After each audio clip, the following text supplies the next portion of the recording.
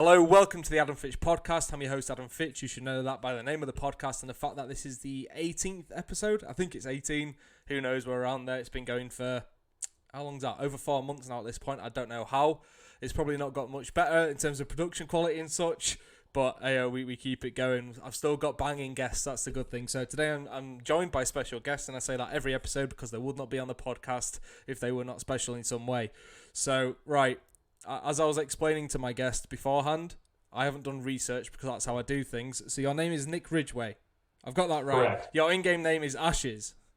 Correct. You are the most, how am I going to put it? You've got the most wins of any coach in console esports. As far as I can tell, yeah. Okay, so I'm going to say the most successful or the most highly achieved. There we go. I like that. Coach in the entirety of console esports, right? Thank you for joining me today. I got it all right. I'm feeling good. Yeah, you were, 4 for 4 right there? I like it. But yeah, thank you for having me. I'm excited to be here. Oh, it would be bad, wouldn't it, if I just completely got everything wrong, considering I've invited you on the podcast. Yeah, this is Jonathan. He goes by Phoenix. Yeah, it wouldn't be a good look, but I mean, I'd still keep it in. That's the kind of realness we're dealing with here. If I fucked up massively, we'd go with it. But so as well as being a coach, you've actually taken on a new role within an organisation that you joined quite recently, but it's probably been a month ago now or something. Time moves quick. Yeah. General manager, right? Yeah, general manager. Back to my management roots, which I'm excited about, and with a brand that I'm really excited about. So. Right, so the first thing we need to discuss, because no one cares about it, but I do. It's UYU, right? Or is it supposed to be like UU, which is like some quirky like ooh-woo type thing, which I still don't understand that whole side of the internet, but I'm assuming it's not that. So ooh-woo, just for your frame of reference, is like a little like text smiley anime looking face, like the U's are like the eyes and the, anyways, no, it's UIU. A lot of people say UU, and we get that a lot, and we just kind of like roll with it at this point, but it's UIU. Okay, I just wanted to know for my own kind of mental clarity and my mental health, because it's been keeping me up at night. I'll be honest with you, mate. Just like, how the fuck is that pronounced? And I mean, one day I'm gonna have to try and find out the origin of such name, because it's certainly different. It is. Different isn't always good or bad. We can just label it as different. But so on each episode of this podcast, what I tend to do, or what I attempt to do at least, is take a look at the different sides of the esports industry to kind of give a bit of an insight into them. And one of the most underrated or underappreciated aspects of esports is coaching, I believe. And I mean, I had Taylor Johnson on. He's not specifically a coach in the same sense as you are, but he's a performance coach, and he knows what goes into getting the best out of the players, and that's kind of outside of the server. Whereas I assume yours is a mix of both inside and outside of the server, right? Well, it's probably not servers for Gears, but you know what I mean. The lobby, we'll call it. Yeah. No, you nailed it. Yeah, and I'm really close with Taylor. He worked with us in a part of the whole Optic Infinite days, as well as just a good friend of our team. So his approach is like a different, I guess, area of expertise. He's much more on like the physical health and then mental health. Mine is more on like the in-game knowledge and a little bit of the mental health. Okay, so what goes into being a coach, right? Because I assume it's not just keeping morale high and going, oh, it's all right, guys, it's 6-4, but you can do this. You can come back and get 7-6. It's got to be more than just that. I assume there are different styles where like morale and motivation's a big part of it for some people. But I'd like to know, in your view at least, what goes into being a coach, considering you're so achieved at this point. Yeah, I think there's a lot of different styles for coaches. And in my esport, Gears of War particularly, coaches are a little bit less developed than in other esports. Yeah. For example, League of Legends, where you have a head coach and an assistant coach and 2 or 3 analysts and a mental health coach and a nutritionist, and the support staff around those teams, it kind of goes with the money. There's just a lot more, so there's a lot more. For us, there's a lot of different styles of coaches. There's definitely those coaches who are like the hype men. And when I first kind of came on board in Gears of War, coaches were almost just a friend of the team who were there to like, hold a stopwatch or keep timers on their phone and let you know when power weapons were spawning in the game. Yeah. Kind of similar to what we saw in Halo. Yeah. And I wanted that to mirror more what my experience was working with coaches in League of Legends. I wanted there to be, conversation about in-game information and strategy planning and analysis of other teams and analysis of this team and preparing practices and making sure the practices were going to a schedule and actually achieving goals. So I wanted to bring all of that kind of utility that a coach can bring in other esports and apply it in Gears. And I think that's what set me apart from the beginning is I changed the game.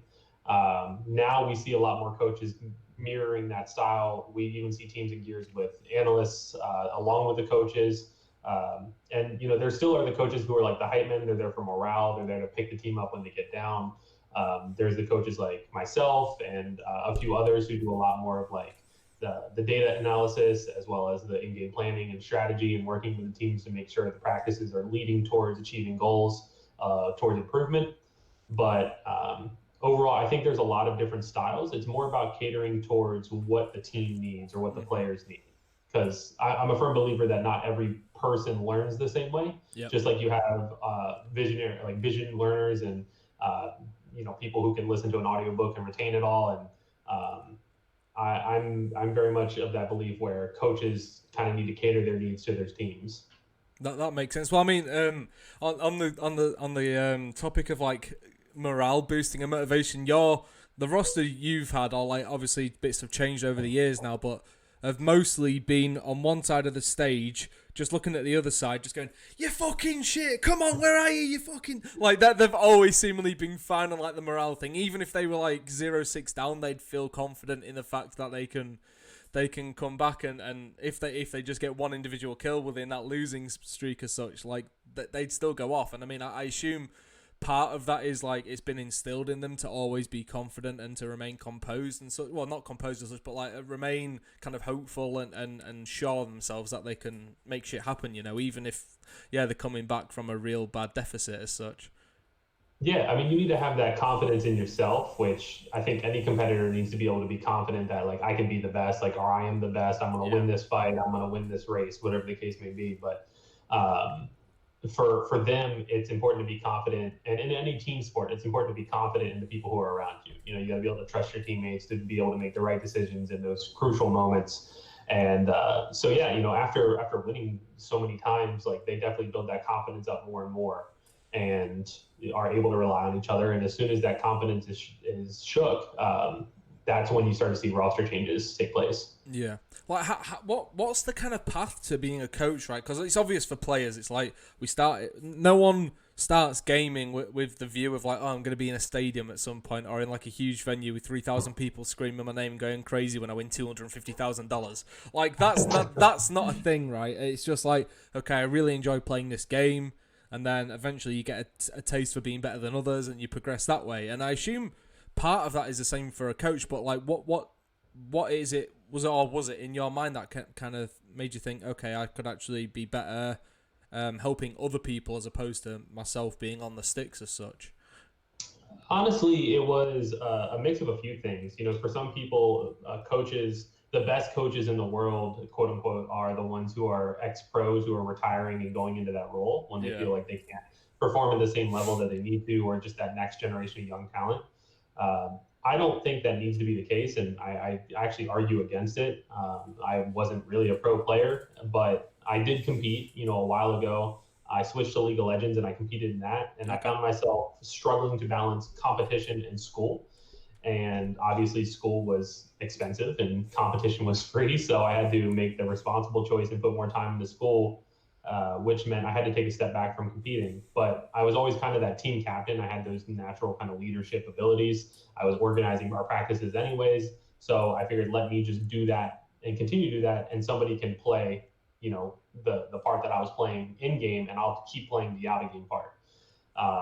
That introduced me to like esports management. And then from there, I learned more about coaching from working with coaches and bringing coaches on board to help the teams grow.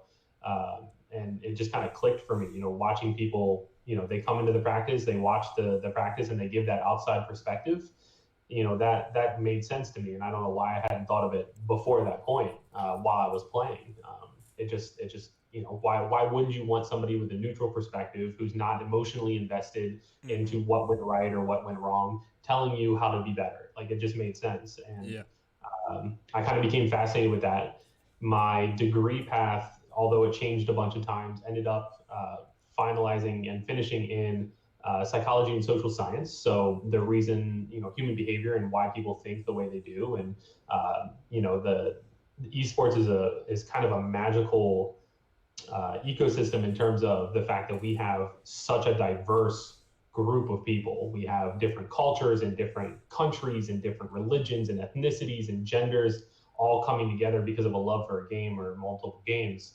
So having that kind of background in education made me more confident, along with my leadership, to be like, look, like, I understand why people think the way they do, or I can get a read on people's behaviors and personalities.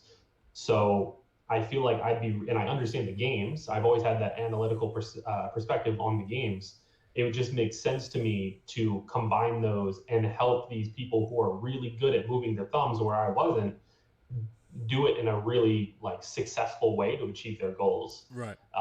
So that kind of took me into that coaching role, and I came back to Gears of War, where I kind of started for me in terms of esports and competition, and found this group of young guys who were willing to listen to me, and it just kind of blew up into a legacy. Well, after listening to that, it made me realize more. I was aware of it before, but really think about the fact that coaching and management are one in the same in a lot of ways. You've got to work out how to speak to each person in their own way that works with them, and you've got to be the one that's organized in a way to help the other people be organized. It's just staying on top of a group of people and making sure each of them delivers to the best of their ability. And I've never thought of it too much, but I guess that's what makes. Well, it completely makes sense when you consider what you're doing now. So you're the coach, but you're also the manager at the organisation. You're one of the general managers or the general manager. I don't know the organisational structure there as such, but that is your position there. But when it comes to say, so you deal with the onboarding and stuff, right, at the organisation now? Okay, so when it comes to say, I don't know, say you pick up a team in any title, say Call of Duty Challengers right now, and you need to find a coach, what are you going to be looking for? So for me, I'm obviously going to be a little bit stricter. I'm kind of I treat teams like they're my family, like my kids, my little brothers. I like having that kind of open relationship where they know that, I'm the older sibling. So there's a level of authority there, but I'm also there to be able to support them and I have their back. That being said, if they want to bring on a coach, I think coaches are really valuable. And again, I think coaches are undervalued in some esports compared to others. So when a team wants to say our Call of Duty Challenger team was tweeting about bringing on a coach, one of the things for me is the coach has to mesh well with the players. It's really important that the players have a respect level for the coach. Otherwise, this guy's going to do a lot of work and it's going to fall on deaf ears of the players, and there's not going to be really that growth or that improvement. So if it's somebody that they respect already, which is kind of goes towards the argument of why ex or former pros make good coaches, because they earn that respect. I've been there, I've done that kind of thing. But it has to be somebody that the players respect and will listen to. And then obviously they have to know, what they're talking about when it comes to the in-game stuff. And then they have to just be a responsible human being outside of it. They have to be organized, they have to be disciplined, and make sure that they are setting the example. If practice starts at 4:30, the coach isn't showing up at 6 every day. Things like that are kind of the qualifiers for me. But the first and foremost is if they work well with the team itself, because I think it's really important that the players, at least for some console esports, in other esports, it's obviously different now that you have a larger support staff. So it's structured more like traditional sports where the organization will provide the coaching staff who will then pick their team. But for console esports, where you have a team that needs a coach, it's important to kind of go the other direction and make sure that the vibes, so to speak, are there. I get you. So it sounds like it can be a really intensive job, and obviously it is a full-time job for a lot of people at this point. So, considering you're still the coach of, UYU. I keep wanting to call it UU because it's just so easy. It just rolls off the tongue. But considering you're still the coach for the Gears of War roster there, like what made you decide to take on a further role or an additional role or an expanded role within the organization? Because I mean, it sounds like you had enough on your plate as it was. So I had a summer where I was coaching this team, the same Gears of War team, 2 different Gears of War titles ago. Mm-hmm. I was taking online classes. I was the owner and then running the day-to-day operations of a donut shop in the town where I was living. Oh, cool. And I also had like a second side job. So I'm used to having, a lot of outlets that I'm needing to pay attention to and organize. So, it sucked. It was, 5 a.m. mornings or 4 a.m. mornings, but practice was ending at 1 a.m. So it was a lot of sleep deprivation and stress. But I feel like after that, I can kind of handle anything. So when it comes to this, I love my team. I love the Gears community most of the time. And I think that my management skills and my leadership skills and my experience, I don't feel fulfilled enough when I'm just doing coaching. Right. I don't think Gears of War currently is in a state where it's complex enough and time consuming enough to, kind of fulfill me full time. Obviously I put a lot of hours into it. I watch a lot of replays. I'm there for 4 hours every night that we scrim. So, it's probably a 5 to 6 hour a day job. Right. Which isn't a full-time job. And I feel like I have a lot of skill sets that aren't being used. So I don't feel as, I don't end the day going, that was a good day. I got a lot done. I feel good. It got just kind of repetitive. So the experience and having the chance to do management work in Optic kind of gave me that hunger to keep in that role. I love helping multiple teams. I love building those relationships with multiple players. And I'm just a big esports fan at heart. So I watch as many different games as I can, whether it's, iRacing with NASCAR going on right now, or it's League of Legends or Counter-Strike or Gears or Dota or whatever the case may be, I'm watching, or at least trying to if I'm awake. And, that's my passion. So being able to introduce myself and work with these players and all these different personalities and teams and understand their games and what they're going through and helping them achieve their goals and seeing that success, I love being a part of that. Even if I'm not the coach, I love it. I love being able to sit at home and cheer for another team. Where UIU is massive in fighting games. Yeah, I know very little about fighting games, but I can still tune in and watch, Rewind or somebody playing in a tournament and be cheering them on and excited when they win and heartbroken when they lost or they lose. So I just love that. It's like my competitive rush. It gives me my fix in terms of being a competitor. So I think that's where I've found the need to balance it out, and I feel like I've done a really good job achieving that. That's awesome. So, at the risk of sounding stupid, I'm not necessarily doing it for me, but more so just to shed light on it, because general manager is a very general term and kind of vague within itself. So what would you say your main responsibilities are within that? Yeah, I think that's something that, just to comment on that, esports kind of struggles with right now is I've seen the same role called 40 different titles across several different orgs. Yeah. So whether you want to call it director of esports or VP of esports or general manager or whatever the case may be, it's basically the role is working with the different teams and different players to make sure that they are, one, comfortable and have everything that they need in order to succeed, and two, feel like they're a part of the brand. It's something that we really appreciated with Hex and Optic every time that he reached out to us and just to check on us and make us feel welcome and part of the family. That's something that I think about a lot and want to make sure that all the different teams or players that I work with under the brand feel as well. And then helping kind of guide the direction of the brand. Obviously, the people above me, the president, the CEO, have a picture or a dream in mind for what they see UIU becoming. And my goal is to add a little bit of my flavor, my style to that, while also helping achieve those goals. So whether it be organizational needs or adding structure or just making sure that they don't have to worry about the teams, I've got them covered and they can do the big picture stuff, or giving my input in terms of design or whatever the case may be.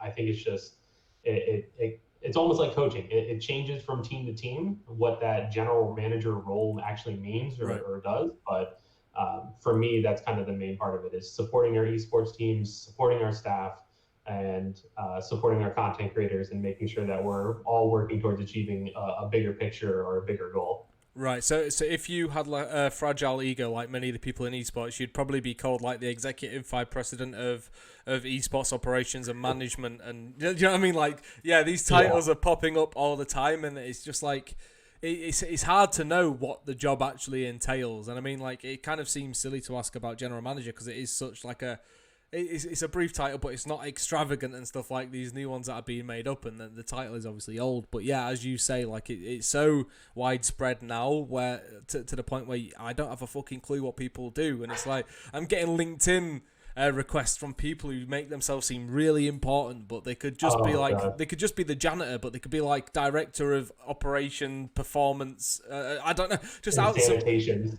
Yeah, it's just you know what I mean. It's just so convoluted, and as I say, to me, it reeks of like fragile egos, or like they need like a higher like sense of importance or something. Don't get me wrong.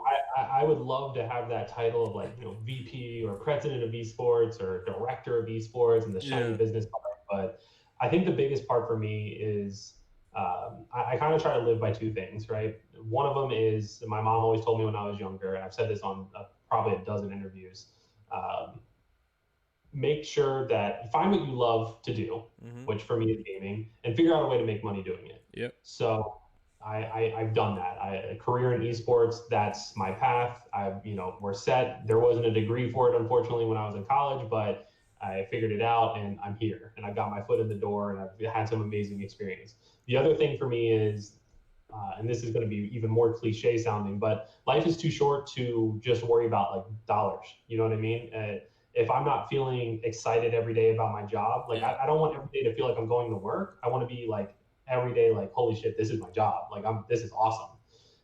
And that's how I feel. That's how I feel, that's how I felt when I was with Optic. That's how I feel now when I'm with UIU. I'm just super excited about, potential and the players that we have and the teams that we have and the content creators that we have and the people I'm working with who think about the games and the player. They're very player focused and support focused. And that's how I've always been, and it's just super exciting to be with people who think similarly to the way I do, that I get along with, that I can see their vision, and it just excites the hell out of me.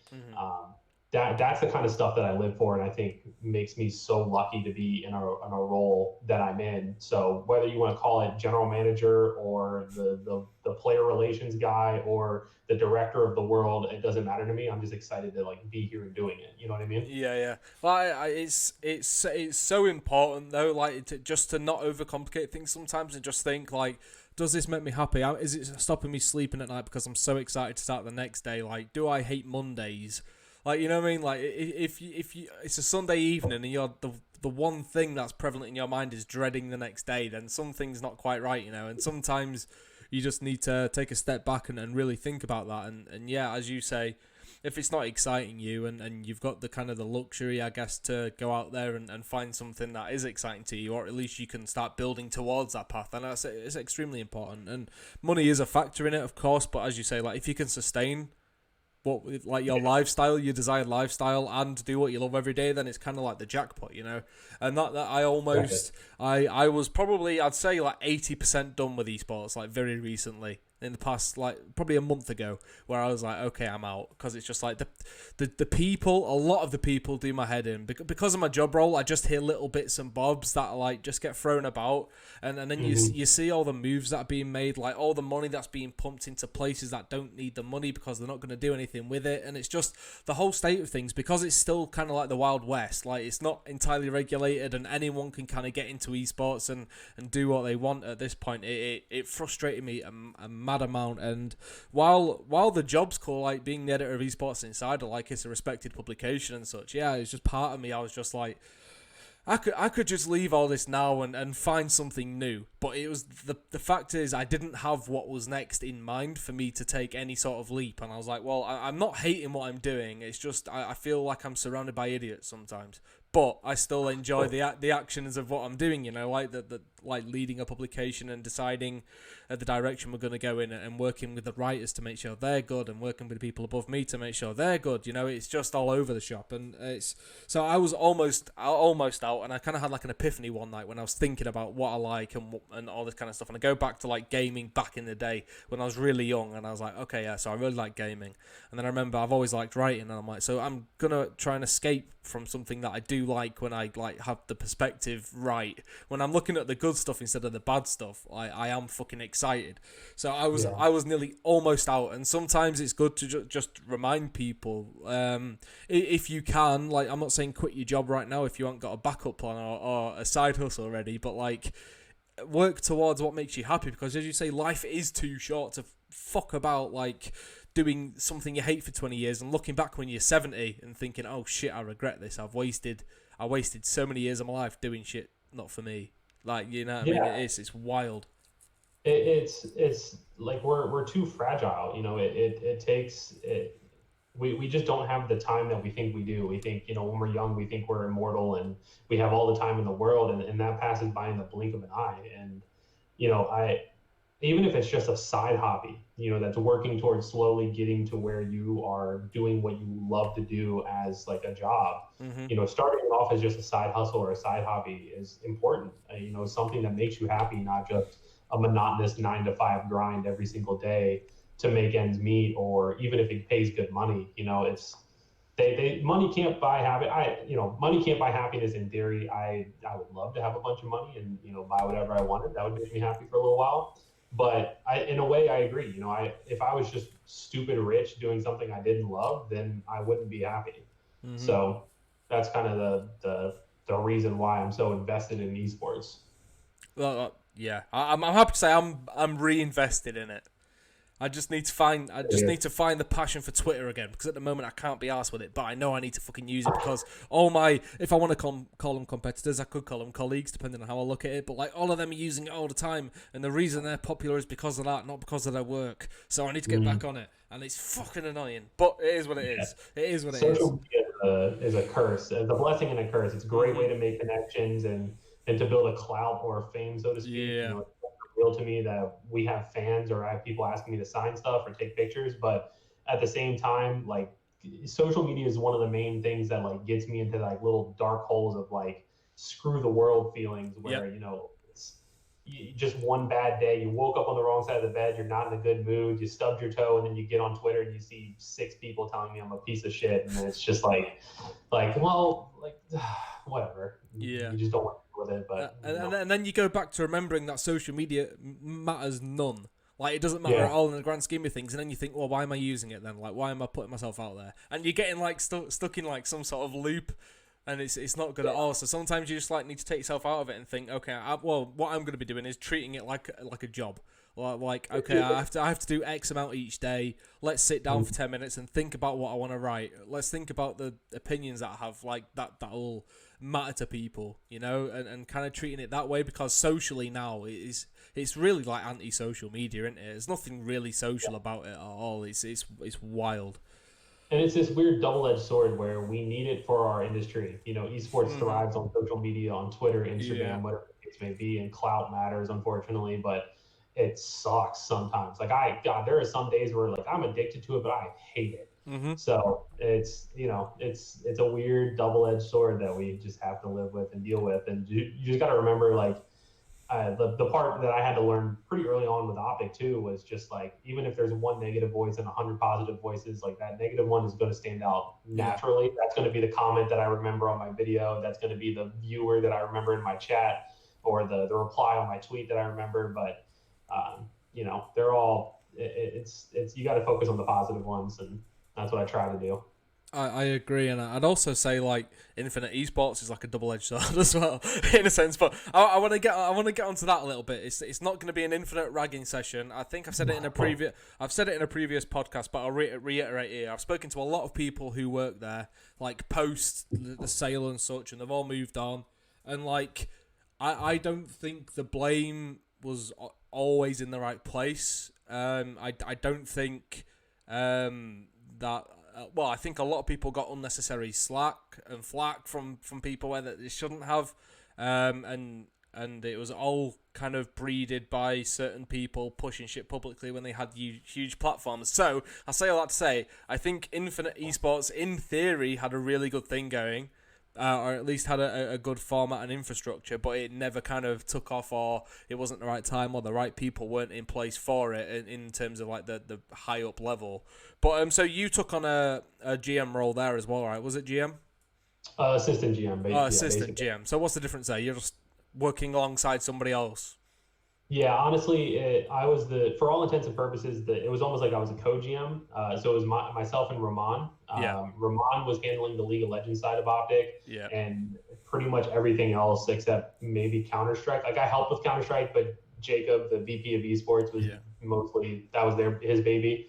He should have been your assistant then. By the sound of things, you were doing a lot more.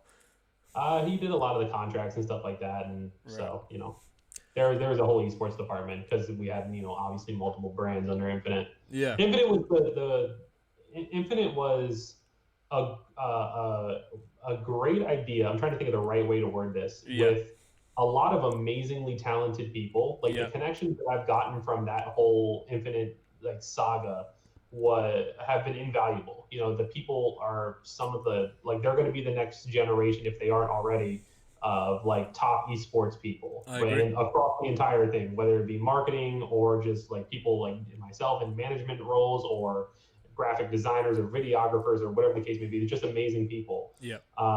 There was a lot of ambitious goals. It was just too much too fast. I agree. Yeah, just like being impatient to roll everything out, where it was just like that.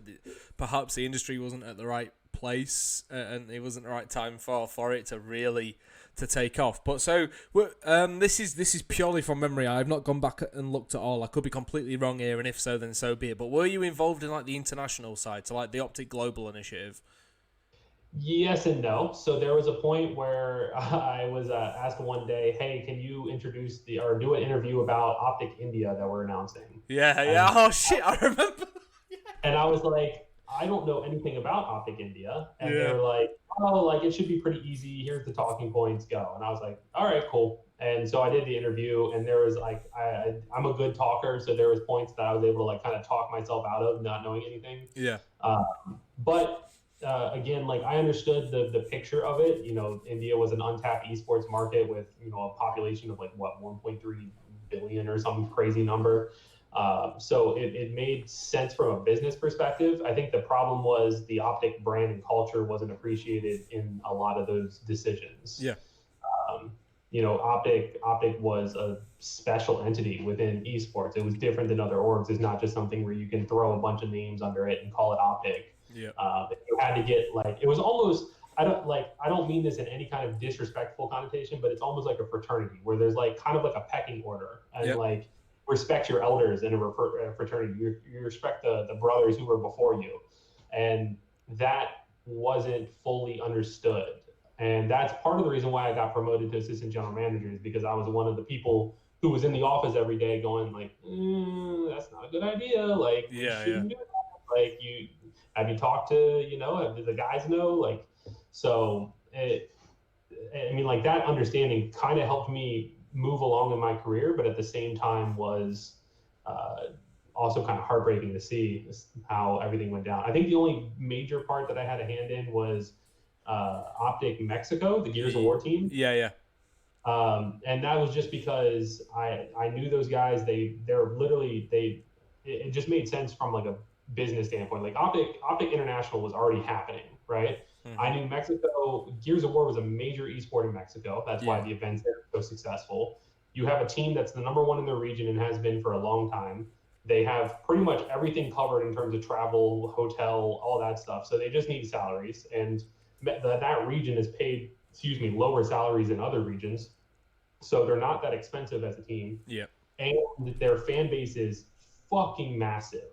So even if you just sold special edition Mexico Optic jerseys or shirts or something for the next event, that'll pay your salaries for 3 months if you wanted to. So if it was done right.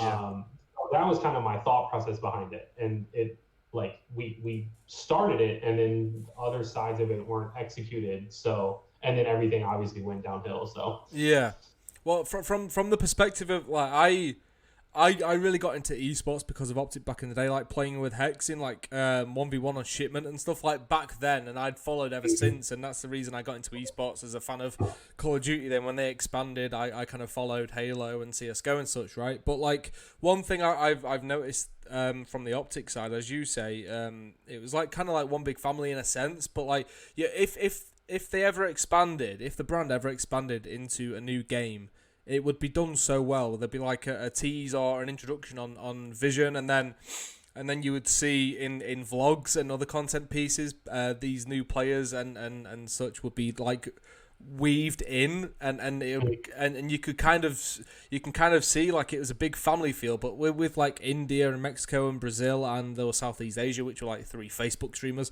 which is mad to me still, but like they were never part of it.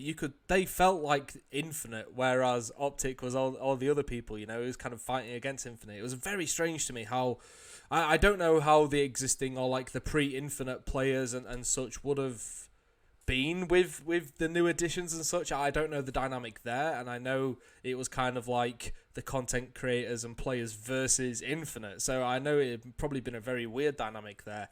But yeah, it's just even the way they were rolled into it, and as you say, you didn't even know until you're doing the interview.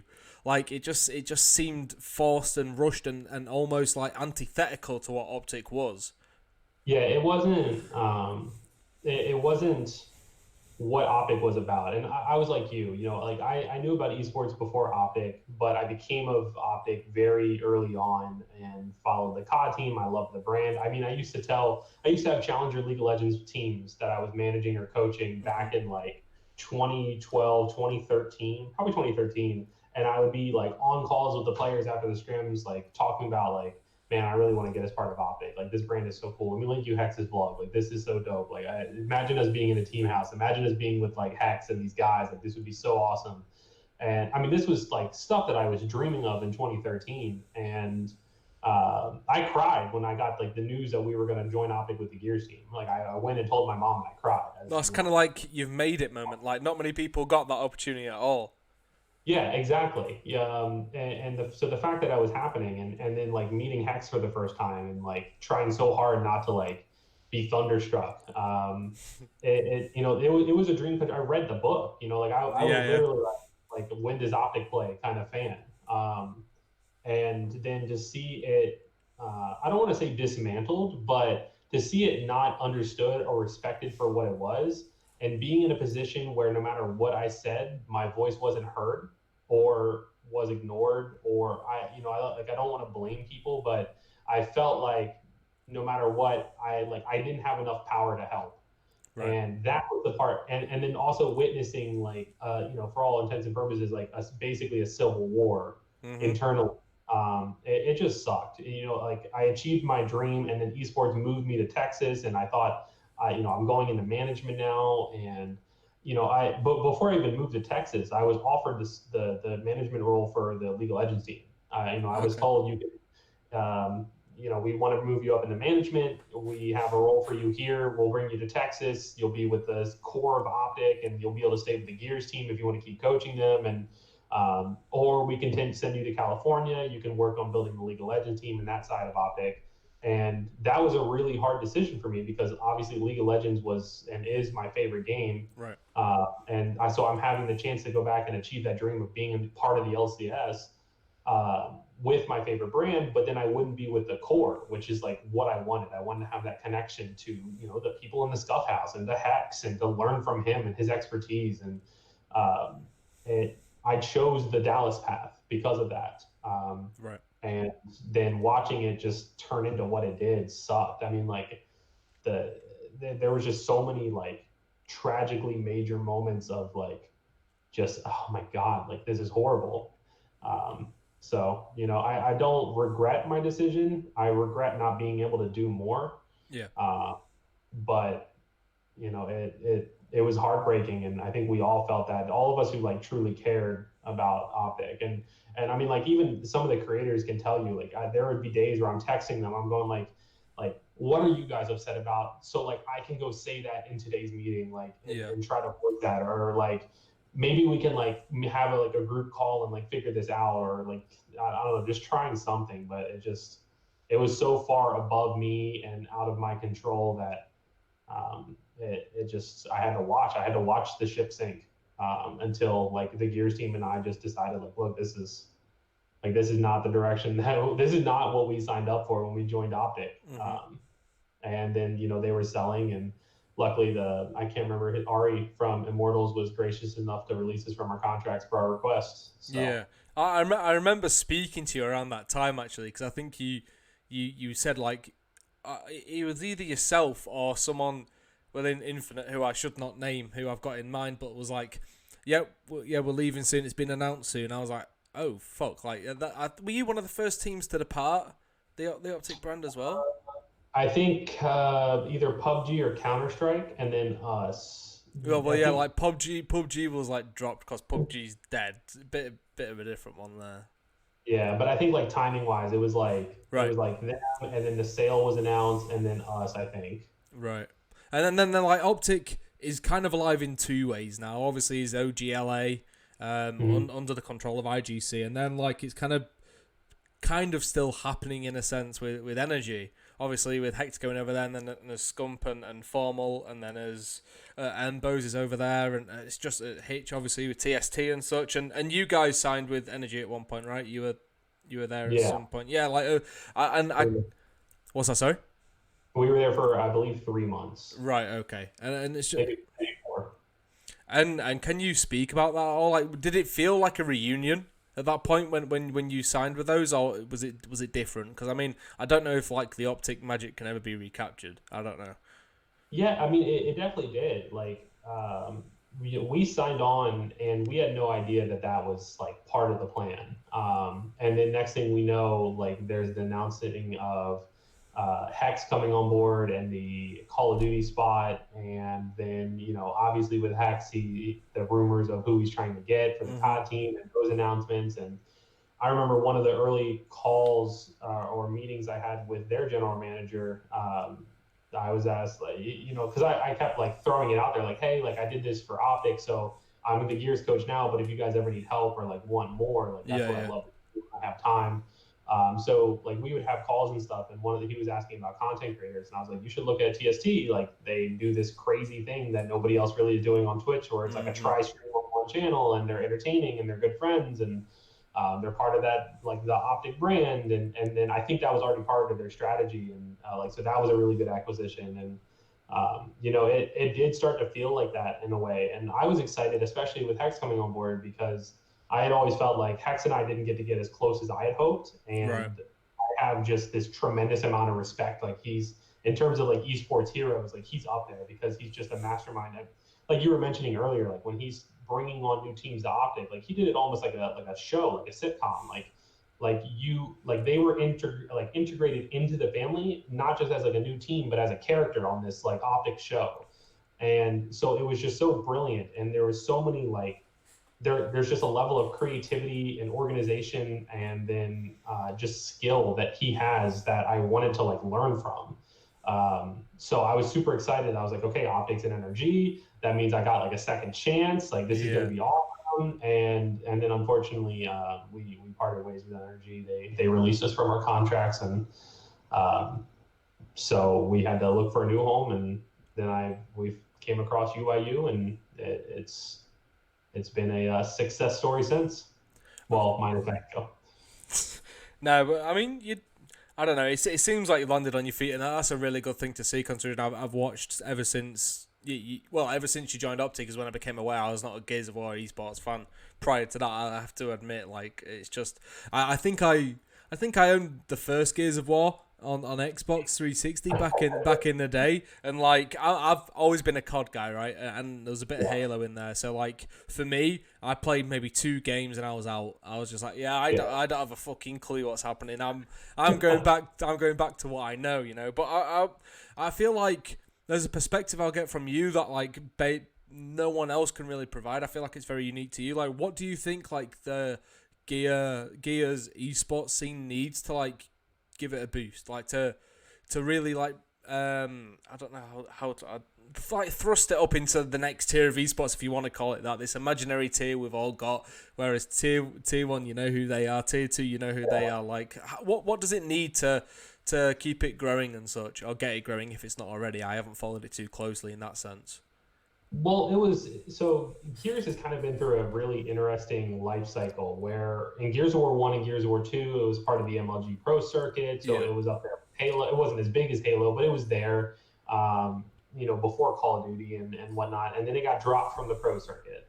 And I don't know, obviously I was too young to know like the business reasons why. I just know that it sucked and the community was mad, but the community supported itself for the next, I don't know how many years, until Microsoft bought the franchise from Epic and are like wanting to push the esport. The game died. In terms of an esport, it was dead. And they did a really good job, especially Jack Felling, who was running the esports program throughout Gears of War Ultimate Edition and Gears of War 4, or most of Gears of War 4, revitalizing it, bringing it back with content strategies and getting these organizations involved. I mean, she helped get us Optic. There was Envy, there was Echo Fox, Splice, like a lot of major tier 1 orgs. And one of the biggest things to me is Gears, because of the nature of the game itself, it's graphic, it's violent, it's bloody, the characters cuss. It's a red blood esport. It's not going to attract the big sponsors and the big non-endemic sponsors. Like you're not going to see like a Gears esports event brought to you by Toyota. You know what I mean? Yeah. But at the same time, it has the passionate community and fan base, and it has just a different, interesting perspective to it, especially literally in the sense that it's a third-person shooter, but figuratively in the fact that, it's just a different style of game. Yeah. And I think that it needs to be embraced. The players and the community are a little bit more rowdy, and to me, the best comparison is UFC. UFC started off as just a rowdy, competitive, the best fighters in the world tournament, and nobody thought it was really going to go like it has. And now it's a pretty major sport. They're partnered with ESPN. It's bringing in millions upon millions of dollars and big sponsors. And I think Gears needs to embrace what it is and not try to follow this other model of like franchise leagues and things like that. It doesn't work for our game. Like you can't just blanket things over and copy and paste like what League of Legends is doing onto Gears. You know what I mean? So I think the winning formula to a successful esport is you have to have a good game, obviously. Like the core, you want people who enjoy playing the game, because those are going to be the passionate kids that go, I'm going to be a pro one day. The core of this game is good, but there's a lot that needs work, and I think the developers are slowly getting that to the right point. But there was definitely a lot of letdowns to begin with. Right. Sounds like Call of Duty. Yeah. So the future is optimistic. I mean, we're bright. We're optimistic for the future, but the last few months have been rough. Same thing with the esports program. It feels like a lot of things are being done in the esports program that didn't make sense for Gears esports. Right. Again, like certain rules and restrictions on what the players can and can't say, and obviously there's slurs and things like that they shouldn't say. It shouldn't be part of their language. But trash talk, it was trying to be kind of pushed down a little bit. And no. The stories weren't being organic. Like they weren't capturing the actual the good drama that was in the game. It was like kind of forced stories, and the talent lineups were like kind of questionable, and just like the structure of the tournaments was kind of odd, and so I think a lot of people got pushed away, and it kind of has started to go downhill a little bit. But I think there's been a shift in terms of what attention they're giving the esport, and I think that also helps give us a bright future. But I think that the key moment for us to really blow up is when they just go for all intents and purposes, fuck it, like let's just be us. And I think that's when you're going to see, I don't see why you can't have a beer sponsor or a vodka sponsor. I mean, like it's a M-rated game. You can do it in the UFC, so why can't you do it for Gears esports? You know what I mean? Like I think they need to chase down Pepsi. I think they need to chase down Dos Equis. You know what I mean? Like So I think like once we kind of get back to that, like, look, Gears is just going to be us. Like, we're just going to show our personalities. We're going to show our grit. We're going to have our competitions. You're going to enjoy you're either going to enjoy it, you're going to hate it. Just kind of like the UFC. You either want to see people fight each other or you don't. But I think the more we keep trying to mimic other esports that isn't us, the more it feels fake and forced and not organic and not entertaining. Yeah, you'd rather have like 100k viewers on an event, like, but the game is unapologetically itself, rather than 250k for like a really manufactured, watered down, something that feels antithetical to what Gears is. And I mean, I think, as you said about franchise leagues and stuff, I think COD's kind of gone that way a little bit. Fortunately, they haven't turned it all the way down yet. I think it'll happen at some point, but like they've got like the US Army in, and like banter is encouraged as the hype battle, even though it's absolutely shocking and it kind of kills all momentum in the broadcast. That like the kind of logic behind it makes sense to me. I feel like Call of Duty as well, that had such like a rich history of like having open events where people can come in, shock everyone else, and then they're suddenly in the mix with all the pro players, you know, and now it's kind of they've fucked it up, but they're still getting the bag, so they're not too fussed. But it's the developers getting the bag, you know, so they're not fussed. Yeah, as you say, I've kind of been reporting on Gears a little bit, whereas the business side of stuff. So I think there was E-League partnership. It was like a kickoff event for Gears 5, right? And then there was like was it a 6-part docu-series? Have I got that right? Yeah. Oh, my memory. Let's go. Round of applause for you. I'll take it. There's been stuff. And E-League set the pace. Honestly, we were actually just talking about this as a team the other day. E-League set the bar really, really high. That we have been used to MLG events, which are great. We loved MLG events. The open event feel, the player hospitality team was great. We always had our travel and we always had our hotels, and everything worked out well. Or we booked them ourselves, and like it was part of the reimbursement for being a pro team. But E-League, like we had shuttles and like the rides were arranged. We weren't calling Ubers at events, and they had catering every meal. And if you didn't like the catering, they gave you a $200 Visa gift card to get your own food. And like we each had our own, like every team had their own private practice room, and it was just like a different experience. So we're thinking like, okay, like damn, like they're coming all out for Gears 5. This is gonna be awesome. And then like it was just a one-off event for E-League, and then it shifted to I think PGL is doing it now, and like even though like the live events are run pretty well, the online structure was a lot of struggles to begin with, and the communication was dirt, and so we got like a taste of the good life, and then got pushed back down. And it was super unfortunate and pissed a lot of people off. And I think that also hurt the competitive player base in a lot of ways. It hurt the amount of, the orgs go from thinking E-League and TPS documentaries to don't even like the Gears Esports Twitter isn't tweeting out when our matches are. You know what I mean? So I think that hurt like on a lot of fronts. But like I said, things are seeming to be corrected now, or at least the plans are in place to correct them. And my rumors that I'm gathering are that Microsoft wants to double down on esports, which would make sense to me from the business side, since you've got new consoles coming out in half a year probably. So it makes sense for them to really push the esports initiatives, and then by I guess a correlation to the console sales that will come with it. So I don't know. We'll see what they do. I remain hopeful. Like I said, things have been looking more and more positive, but it's the only time will tell kind of thing. I get you, and I think even though I've got like 50 other things I would like to get into, when we're nearing the hour mark, and I don't like taking up too much of the guest time, and I don't like going over an hour. Really, kind of keep it short and sweet in a sense for a podcast. I'm very much hopeful gears gets going as such. And as you say, seems like they're making the changes to get there. And I'd love for it. The more titles that we get that are competing against each other and providing like really good experiences, I'm all for, from like an esports in general perspective as such. And I sincerely hope your new role continues to excite you and as root for progression there, should you deserve it and you want it, you know. I don't know. I just you're obviously one of the good ones. I haven't seen any person have anything against you at all. And I mean, I'm the kind of person to have things against people, and I've got nothing against you, so you can't be that bad. But sincerely, I hope you're the best, man, and I appreciate you coming on. And you can plug yourself now. Shout out what's going on, whatever you want to do. This is your moment, man.